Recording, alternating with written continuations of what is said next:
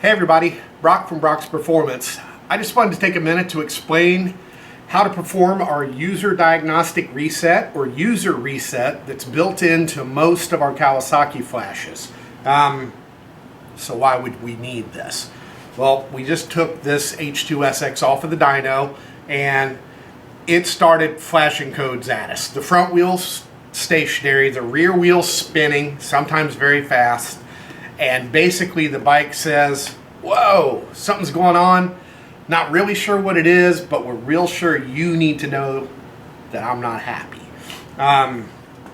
So, what's wrong with all the codes? Well, you can't adjust anything. It basically locks everything up until you get the codes cleared.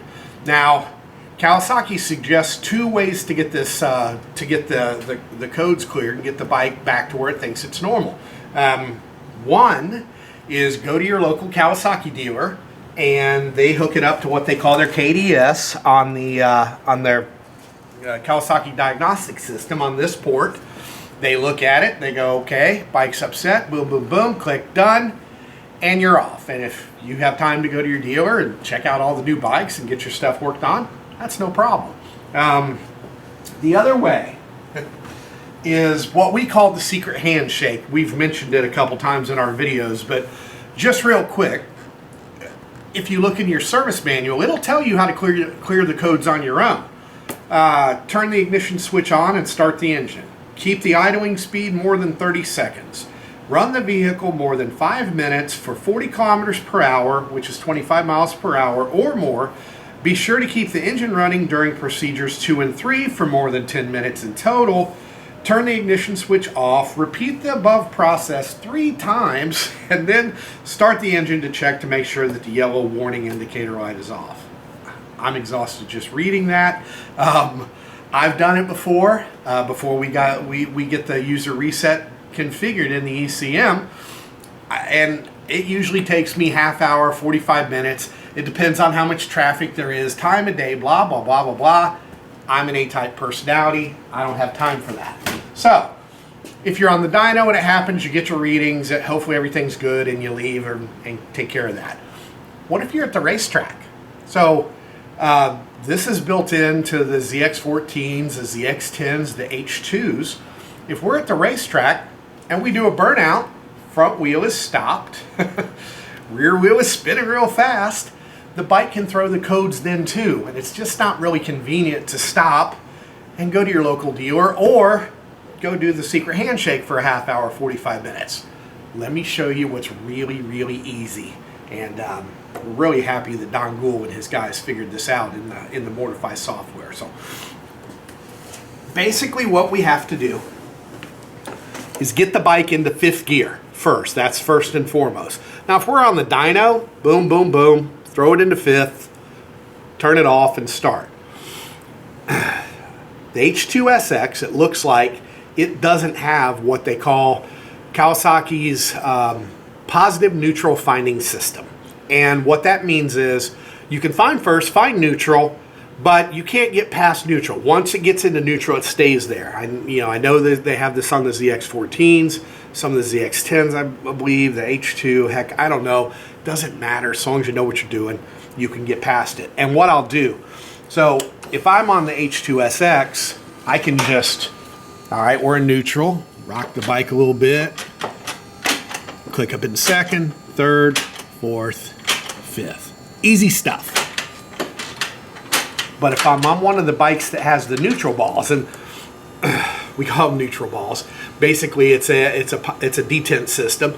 There's some little ball bearings that are in the output shaft, and they spin out. The centrifugal force allows them to spin out so you can get past neutral. And that's all on the output shaft. And the output shaft is where your sprocket is connected to, your chain, your rear wheel. So if you have a bike like that, we just did it on the Z900 RS here just a half hour ago. If you're on a bike like that, it's simple also, but basically what you have to do, you have to get the bike rolling and shift into 2nd gear. Doesn't take long. Alright, so first, roll forward, 2nd, 3rd, 4th, 5th. So if you have a bike that has the positive neutral finding system, that's what you would do. Once we're all in 5th gear with the engine turned off, keep the engine turned off because we're going to hold the bike wide open. Let me show you how we use this reset. So basically, clutch lever out. If you have the on-off switch up here, this just has a little spring-loaded switch for to start the bike. Make sure it's on. So clutch lever out, on. Turn the key on. And you can see here, the quick shifter's flashing. We can't tell what power mode we're in. The K-track doesn't work. Quick shifter doesn't work. Auto blipper doesn't work. Basically, everything's locked up until we fix this.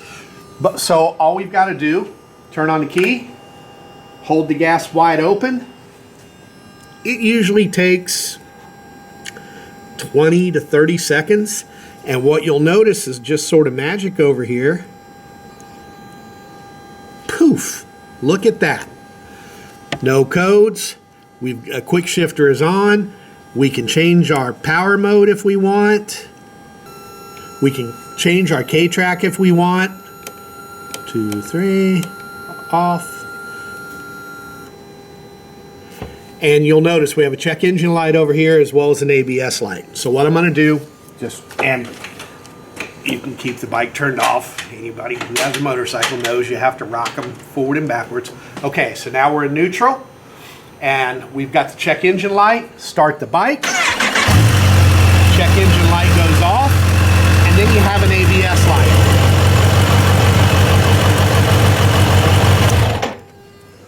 The ABS light, when you're stationary, is glowing to tell you that that everything's okay. As soon as you roll, it checks the system out. It turns it off. No more yellow. No more codes. No more problems. So that's a whole heck of a lot easier than doing the other things, and we're really glad that our friends at Guhl figured that out for us. So anyway, just wanted to tell you how to do that real quickly. Until next time, I'm Brock from Brock's Performance. We'll see you then.